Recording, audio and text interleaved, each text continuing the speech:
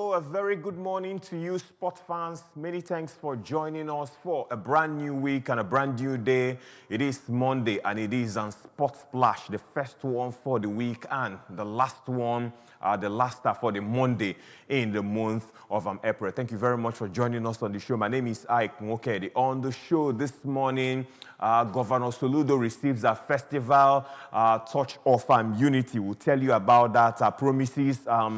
Reaffirms her support towards sports development. Also on the show, Okafor Anwosu emerges champion of under 15 and under 18 categories of Festa Umudioka table tennis competition and talent hunt. We'll also be telling you that Pillar of Sports, Agbo Ejidike, has mourned the demise of Chairman Christian Chukwu, and we equally have Formula One news, tennis, athletics, and then results of league matches across Western Europe. Matches played in France, Germany, Italy, Spain, and England will feature on the sports show Sport Splash on ABS TV. Let's begin with our first story. Our first story is from Umudioka community, Umudioka village, I should say. Yes, Umudioka village is one of the 33 villages in Oka, and they organized a maiden table tennis championship. It was quite a historic and unprecedented. Well, let's tell you that Sochima Okafor and Paul Chinedu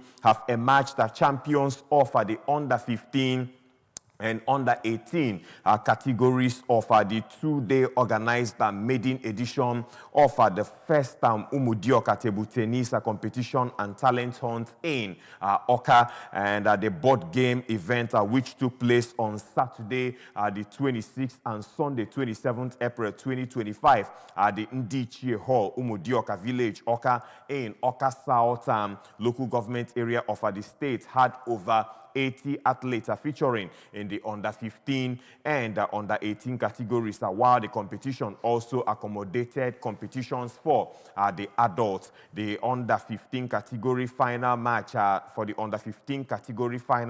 Sochima Okafor defeated Emmanuel Okafor by 2-0, 11-5, 11-7 to emerge champions, while Paul Chinedu in the under 18 category kept his composure to see off the challenger from Chukwude Nwanne, with the clash ending 2-1. That's a 13-11, 11-9, 12-10. And Ndubisi China Zapo came tops in the category for adults as he saw off Emeka Igwenago in the final match. The competition, which is an initiative of Chief Anene Ebeze, is being bankrolled by concerned individuals of Umudioka village geared towards unearthing talents in the village and Oka community, by extension with a view to creating a table tennis club. Of course, you're seeing the video. We'll also show you the pictures of that table tennis competition. And of course, speaking to sports journalists at the competition venue, the facilitator of the competition, Chief Anayo Obiako, popularly known as Opia Oka, disclosed that the competition was geared towards promoting the board game of table tennis, on unearthing talents domiciled in the grassroots and creating a table tennis club in Umudioka village, and by extension the entire Oka community. Chief Obiako informed that the competition, which is holding for the first time, has come to stay, and in subsequent editions will be bigger and better, as the organizers will seek for sponsors as well as incorporate the female version of the game. Let's show you some of the pictures. Yes, some of the pictures of the athletes that we are being decorated. Let's show you the pictures right now of the athletes that we are being decorated. I'm talking about Okafor Anwosu. Yes, Obiako stated that Umudioka table tennis competition is a child of circumstance abetted by the essence of sports growth and development, using the instrumentality of the board game of table tennis. Today, we are delighted that the competition is holding, and over 80 athletes are featuring in the competition talent hunt. We want to have a table tennis club here that will further aid the growth of the game And I must acknowledge that the member representing Oka South Constituency 1, Engineer Nigeria Henry Mbacho, for the donation of the table tennis boards and others who also contributed towards the success of the project. In his reaction, Patrick Estate Onyedum, chairman of the Anambra State Sports Development Commission, thanked the organizers of the table tennis event, and of course said that this is unique. Onyedum, who was represented by Mr. Chika Aka, stated that the advent of the competition is in line with the sports solution initiatives of the ASSDC. The ASSDC boss advised the organizers to ensure they sustain the momentum while congratulating the winners for emerging victorious. On his part, the chairman of Oka South Local Government Council, Honorable Prince Chinedu Okafor, commended the organizers of the table tennis event for creating the competition. Honorable Okafor, who was represented by Honorable Kingsley Ikebudu, Senior Special Assistant on Youth Sports and Special Duties, promised his administration support towards the noble project. The same view was also echoed by the chairman of ABGA, Ward 3, Honorable Okuchukwunweke. High point of the occasion, as you're seeing on your screen, is the decoration of the athletes in the top 3 positions in each categories by the ASSDC boss with brand new spin bats, medals, exercise books and trophies to the champions, as well as a series of photo sessions between the athletes and the organizers. So you now know that Okafor and Nwosu emerged champions in the under-15 and the under-18 categories of that Umudioka table tennis championship. We'll say congratulations to them.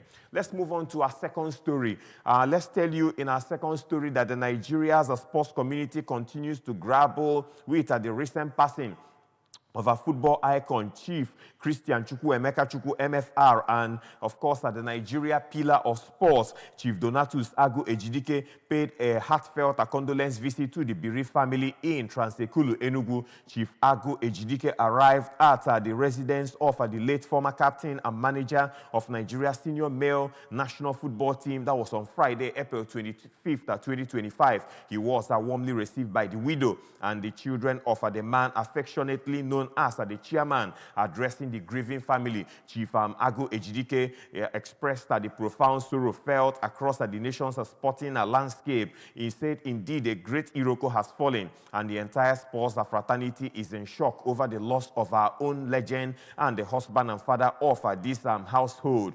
We are greatly pained by his untimely journey to answer the call of our Lord, and I assure the family that we shall stand by you in this very painful period and do our best to ensure that our legend gets a befitting burial, he stated. Responding to the pillar of sports, comforting words, the first daughter of the legendary chairman expressed the family's gratitude for his presence during the time of immense grief. In a further demonstration of respect for Nigeria's football heroes, Chief Agu Ejidike also made a courtesy visit to another living legend, Chief Emmanuel Ogwejo Fokala, at his residence in Enugu.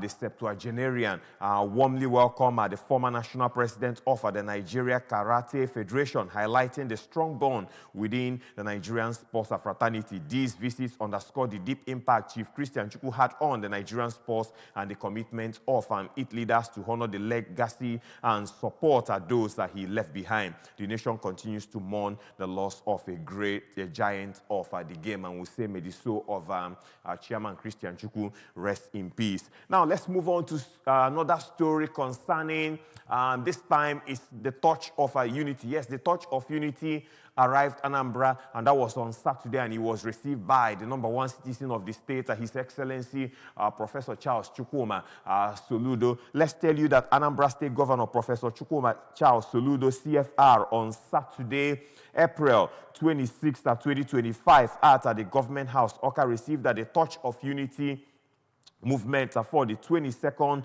National Sports Festival tag Gateway Games, reaffirming the state's commitment to the growth of sports as a tool for national unity and youth empowerment. The event witnessed a ceremonial march through Oka by staff of the Anambra State Sports Development Commission, ASSDC. Sports stakeholders from both the National Sports Commission, the NSC, and the state, as well as sports enthusiasts who converged at the Government House to formally present present the torch of unity to Mr. Governor. The torch symbolizing peace, strength, and solidarity was first carried by Chioma Ede before being handed over sequentially to Chibike Oranye, the gold medal winner at the National Youth Games. The Director of Sports, Emeka Obidimma, Chairman of the Anambra State Sports Development Commission, Honorable Patrick Estate Onyedum, and Mrs. Mbora Ekana from the NSC, who ultimately presented it to Governor Soludo at a brief but colorful ceremony. And receiving the torch, Governor Soludo, who was represented by his Chief of Protocol and Deputy Chief of Staff, Chief Chinedu Nwoye, described the sports as a unifying force and a catalyst for youth engagement, national cohesion, and economic advancement. He lauded the National Sports Commission for its continued effort in promoting national unity through sports. Soludo emphasized his administration's unwavering commitment to supporting and providing an enabling environment for sports development in Anambra State. He urged both the public and private sectors to actively invest in sports infrastructure, talent discovery, athlete nurturing, and sponsorship of sporting events to elevate the nation's sports industry. The games are represented much more than just a competition of athlete skill. They embody the unity and strength and the resilience that define us as a nation. He said, every step towards the festival is a reaffirmation of our collective commitment to nation building through sports, the governor stated. In his remarks, the chairman of the Anambra State Sports Development Commission, Mr. Patrick Estate Onyedum, emphasized that enhanced collaboration among stakeholders is crucial for advancing Nigeria's sporting potential and maintaining its competitive edge globally. Adding her voice, Mrs. Mbora Ekana, the leader of the NSC delegation, announced that the festival will feature 28 compulsory and 4 optional sports with competitions scheduled from May 16 to 30, 2025 in Ogun State. She noted that outstanding junior athletes from the last National Youth Games will also participate, aiding talent discovery for the nation's future. The ceremony was graced by top dignitaries, including the sports director of the Anambra State Sports Development Commission, Emeka Obidimma, fondly known as Super, Jane Owo, zonal coordinator, Southeast Zone for the AFM. Also, there was Mr. Ben Ezama. There was also the Commissioner for Youth Development, Patrick Ahamba, was there, and of course, spurred on market to Governor Soludo, talking about Chief Evaresta Oba. And of course, also present there was the technical consultant to the ASSDC, Olusule, and also the MD and CEO of ABS, Christian Molo, who was there among other sports stakeholders in the state as the torch of unity arrived Anambra State, and he signaled officially very soon that we'll be having the National Sports Festival. It is coming up next month from the 18th to the 30th of May. And of course, I will be there to keep you posted as regards how Anambra State will feature at that one. Moving away from that now, let's talk about basketball. In basketball, Nigeria's women's basketball team, the Tigress, will slug it out with Mozambique and Rwanda in Group D of the 2025 FIBA Women's Afro-Basket following the official draw ceremony held in Abidjan, Cote d'Ivoire. The 12 participating teams were split into 4 groups of 3, with a tournament host Cote d'Ivoire drawn into Group A. Alongside Angola and Egypt, Group B features a continental powerhouse Mali, Cameroon, and South Sudan, while 2023 finalists Senegal headline Group C with Uganda and Guinea, reigning champions the Tigress, who are chasing a record-extending 7th Afro-Basket title and 5th on the bounce. Will be looking to recover from a quarterfinal exit at the 2024 Paris Olympic Games. And according to the tournament format, group winners will secure direct spots in the quarterfinals, while the 2nd and 3rd place teams in each group will battle in a qualification round to determine the remaining spots in the last 8. And the 2025 Women's Afro-Basket is scheduled to tip off from July 26 to August 3rd at the iconic Palais des Sports at the Triville out there in Abidjan, Cote d'Ivoire. For the full group draws, just to recap, in Group A has Cote d'Ivoire, Angola, and Egypt. Group B has Mali, Cameroon, and South Sudan. Group C has Senegal, Uganda, and Guinea, while Group D has Nigeria, Mozambique, and Rwanda. One may say is an easy one for Nigeria to navigate to for the Tigress, seeing off Mozambique and Rwanda, and should get a spot in the quarterfinals and eventually get one of the spots to represent the continent, win the competition in the Africa Fest, and then represent the nation at the bigger stage, and that's on the FIBA World Cup coming up later in the year. And now to the African scene, FIFA has enforced a new transfer ban on the Egyptian football club Zamalek due to unpaid debts to an undisclosed person, as confirmed in the latest sanctions list released by the World Governing Body, and that was on Wednesday. While they did not disclose any specifics, media reports came to a conclusion that the FIFA ban was linked by dues owed to former Zamalek coach Jaime Pacheco, and the Portuguese tactician's contract was terminated during the course of the 2020-2021 campaign, thus prompting him to lodge a formal complaint with the Court of Arbitration for Sports, the CAS, which ordered Zamalek to pay $880,000 US. Zamalek board member Amir Adham disclosed that the transfer ban announced on Wednesday was due to unpaid debt to Moroccan striker Khalid Boutaib, amounting to 983,000 euros. He noted that the Cairo club had previously paid off a substantial part of Boutaib dues, which originally totaled around 2.4 million euros, according to a report. And Adham also admitted that Zamalek had not kept with the recent payment installments, resulting in FIFA reinstating the transfer ban. He stressed that the club intends to settle the remaining debt to Boutaib before the summer transfer window for the upcoming season. That's for the 2025-2026 season. And this ban related to Boutaib is just the latest in the string of financial issues affecting the Cairo-based team. Boutaib, now 37 years of age, signed with Zamalek in January 2019 from the Turkish club Yeni Malatyaspor, and after a standout performance for Morocco at the 2018 FIFA World Cup. However, his career at the club was hindered by recurring knee injuries, prompting the then president to end his 3.5-year contract after just 1 year. In May 2023, Zamalek encountered a similar penalty for unpaid wages to a former assistant coach during Giusaldo Ferrara's tenure, but they managed to resolve this by September 2024 and lifting the ban. Additionally, in September 2021, the club faced a two-window resignation, or rather registration ban over unpaid dues to its former head coach, Christian Gross. Despite attempts by the new management to settle financial obligations, Zamalek continues to be troubled by ongoing financial disputes, and now there's a transfer ban on their head, and a whole lot are going on with Zamalek. Not just good for sports to thrive out there for our dog club, and they have to get their acts right. That's what's going on now with the Egyptian club, Zamalek. You're watching Sports Splash on ABS TV, the Monday edition. We'll go for a short break. When we come back, we'll continue with more stories on the African scene. We've also got Formula One, tennis, athletics, and resource service on the show. We'll be right back.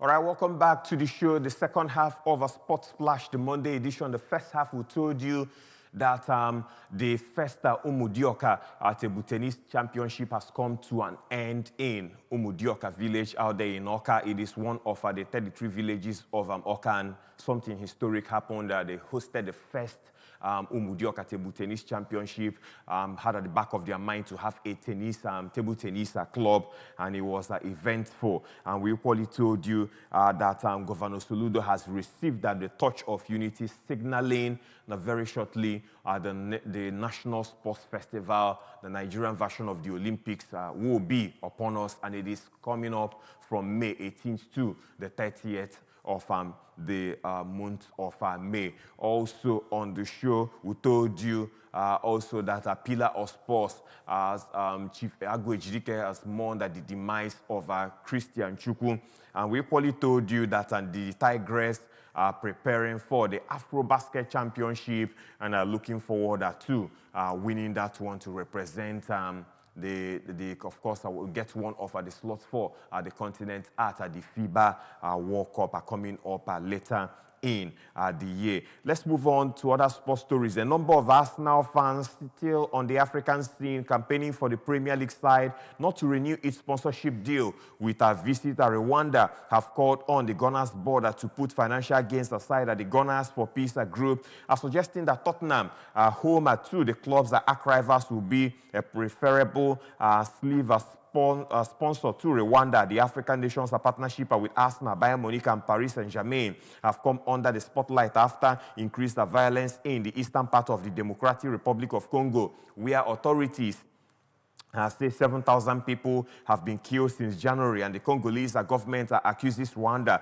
of arming M23 rebels and sending troops to support the militants. And despite assertions from both the United Nations and the United States, Rwanda has denied supporting the M23. And fellow Congolese Tresor Kudabika, who has modified his own kit to bear his nation's flag on the sleeve, agrees that the links to Rwanda are hurting the team's popularity. Gunners for Peace say that after recent polling, 6 in 10 Arsenal fans support ending the visit Rwanda deal. And that's not so good for that company, the visit Rwanda. And now to Formula One in motorsports. Of course, Formula One, U.S. car company General Motors has been formally approved as a Formula One engine supplier for the 2029 season, and the development announced jointly by the governing body, the FIA, and the General Motors is the first time a specific year has been put on the debut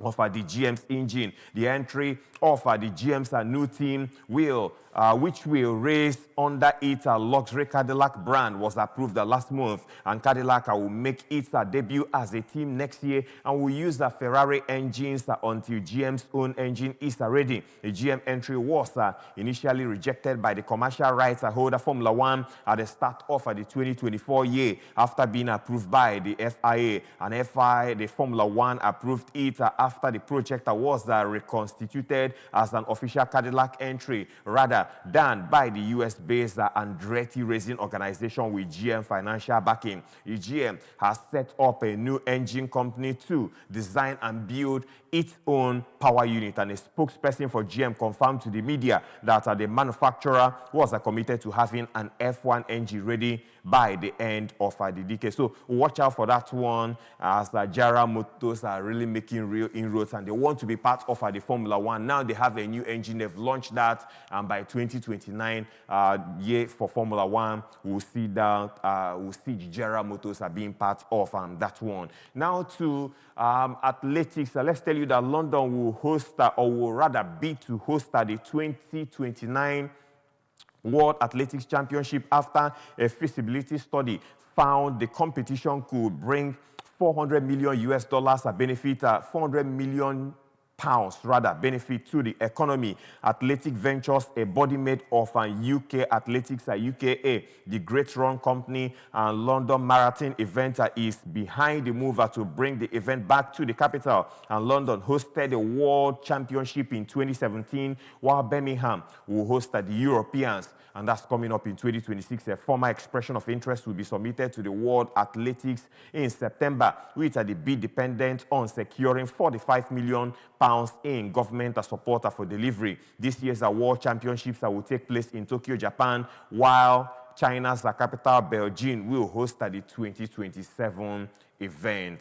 And away from that, now to the world of tennis, Novak Djokovic says that he's facing up a new reality after losing his opening match for the second successive tournament. The Serb, seeking a fourth Madrid Open title, was beaten 6-3, 6-4 by Italian Mattia, and now the Djokovic made his Madrid debut in 2006 and won the tournament in 2011, 2016, and 2019. However, he said this does not yet know if he will play again in Madrid following Saturday's loss to a player ranked 44 in the world. When asked if it was his final match, he said, "I'm not sure if I will come back, so I don't know." It was a third consecutive defeat for the 24-time Grand Slam winner, who is seeking a 100th career title. He's also lost in the opening match in Monte Carlo this month after being beaten in the Miami Masters final in the month of March. And now to football.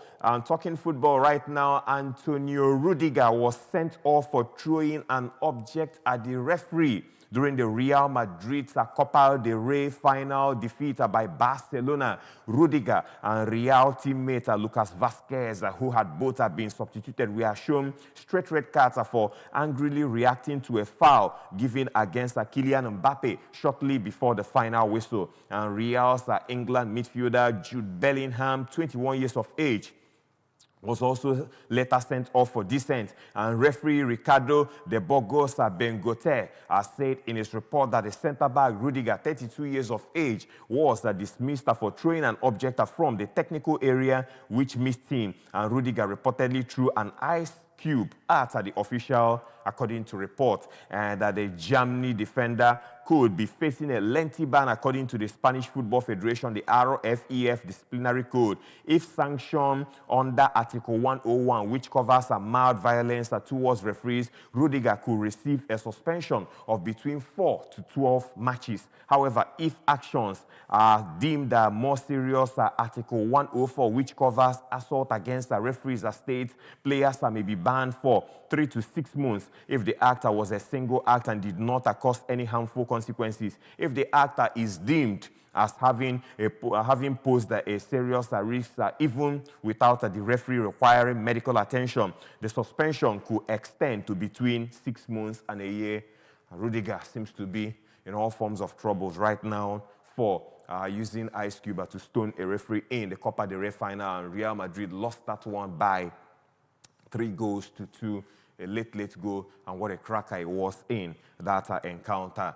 Madrid almost about going trophyless this season. Well, before we go, time for us to check out the results of league matches played in Europe. In France, Marseille defeated Brest by 4-1, and that's in the Ligue 1. Lens, nil, Auxerre 4, Montpellier 0, Reims 0. Nantes played out a goalless draw against Toulouse. Angers nil, Leo Lux Metropole 2. Olympique Lyon at the Stade Gelon defeated Rennes by 4-1. It was Le Havre 1. AS Monaco 1. Strasbourg 3. Saint-Etienne 1. And PSG at the Parc des Princes lost 1-3 to Nice. You could sense PSG may have kept the large chunk of their squad in preparation for tomorrow's Champions League clash against Arsenal at the Emirates Stadium. And in Germany, Werder Bremen nil, St. Pauli nil, Bochum 1, Union Berlin 1. Eintracht Frankfurt defeated RB Leipzig by 4-0. It was Bayer Leverkusen, that should be at the Bay Arena. They defeated Augsburg by 2-0. Bayern Munich saw off Mainz by 3-0. Elsewhere, Hoffenheim 2, Borussia Dortmund 3. Hosting Kiel defeated Borussia Mönchengladbach in a 7-goal thriller. He ended 4-3 in favor of the home side hosting Kiel. And Wolfsburg lost at home to Freiburg. Stuttgart lost 0-1 to FC Heidenheim. In Italy, there are 3 matches for today. Udinese will take on Bologna. Hellas Verona will host Cagliari. And Lazio, it's at home to Parma at the Stadio Olimpico. And Atalanta defeated Lecce by Atalanta actually played out a 1-0 draw against Lecce. It was Napoli 2, Torino, Napoli galloping away. Seems they are going to win the league. Juventus defeated Monza by 2-0. Still fourth on the log is Fiorentina 2, Empoli 1. Inter Milan lost at home 2. AS Roma 0-1. You sense they may be preparing for the Champions League against Barcelona. And Como defeated Genoa 1-0. Venezia 0. AC Milan 2. In Spain, it was Villarreal 1. Espanyol 0. Atletico Madrid 3. Rayo Vallecano 0. Real Betis mauled Real Valladolid by 5-1. It was Leganés 1. Girona 1. Osasuna 1. Sevilla 0. Deportivo Alaves 1, Real Sociedad 0. Elsewhere, and it was Athletic Club 1, Las Palmas 0. And Celta Vigo defeated Villarreal by 3-0. While in the Copa del Rey finals, it was Barcelona 3, Real Madrid 2. Lastly, in England, watch out for Nottingham Forest taking on Brentford tonight. It's a London derby. Starts by 8 o'clock. It's Liverpool defeated Tottenham Hotspur. They've all sailed and won the Premier League for the 2024-2025 season. They destroyed Tottenham Hotspur by 5-1. Bournemouth won and Manchester United won. Man U still struggling. Brighton 3, West Ham United 2. It was Newcastle United 3, Ipswich Town 0. Southampton 1, Fulham 2, and Wolverhampton Wanderers defeated Leicester City by 3-0. Leicester officially relegated, and Chelsea defeated Everton by 1-0, while Arsenal played out a 2-2 draw against Crystal Palace, also in the London derby. A late goal in that game to ensure Arsenal did not win that, and Liverpool have all secured the Premier League for the 2024-2025 season. That's the show for the morning. Thank you very much for being here. We'll continue for the rest of the week. Join us same time Tuesday for another episode. My name is Ike Mokede. Have a lovely week, and remember to keep sporting. Bye-bye now.